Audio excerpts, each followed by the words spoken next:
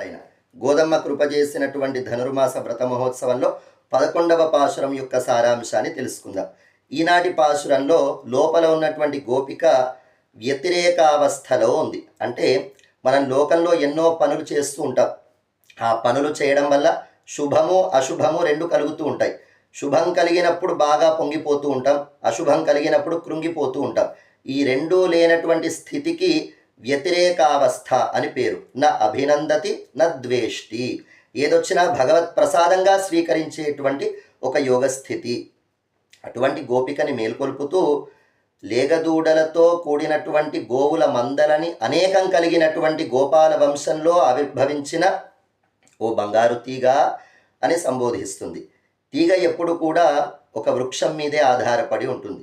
అలానే లోపలున్నటువంటి గోపిక కూడా పరమాత్మ సంబంధంతోనే ఎప్పటికీ ఉంటుంది.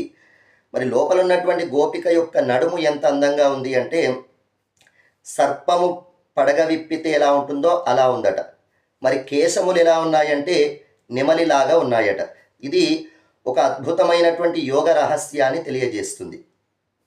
మేఘాన్ని, నల్లటి మేఘాన్ని చూసినటువంటి నెమలి ఎలా అయితే పురివిప్పి ఆనందిస్తూ నాట్యం చేస్తుందో, నీలమేఘవర్ణుడైనటువంటి ఆ భగవంతుణ్ణి దర్శనం చేసుకున్నటువంటి ఒక మహాయోగి కూడా తన లోపల సర్పాకృతిలో ఉన్నటువంటి మూలాధార చక్రంలో సర్పాకృతిలో ఉన్నటువంటి కుండలిని శక్తి కూడా జాగృతమై ఒక్కొక్క చక్రం నుంచి బయలుదేరి ఈ సహస్రార దళ పద్మం విచ్చుకుంటుంది.